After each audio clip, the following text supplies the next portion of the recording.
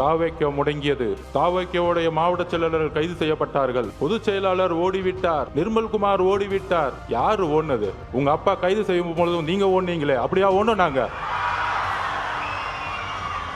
கலைஞர் கைது செய்யப்படும் பொழுது யார் ஓடினார்? திமுக வரலாறு தெரியுமா? கலைஞர் கைது செய்யப்படும் சொந்த மகன் ஓடினார்.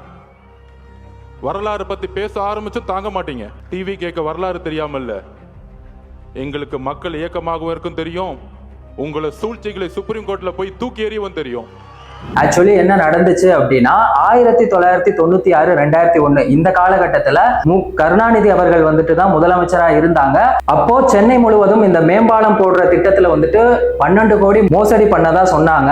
அதனால 2001 ஜெயலலிதா அவர்கள் ஆட்சிக்கு வந்ததுக்கு அப்புறமா ஜூன் 30 நள்ளிரவு 1:45 மணி அளவுல கருணாநிதி அவர்களை வந்துட்டு வீட்டுல போயிட்டு அரெஸ்ட் பண்ணாங்க.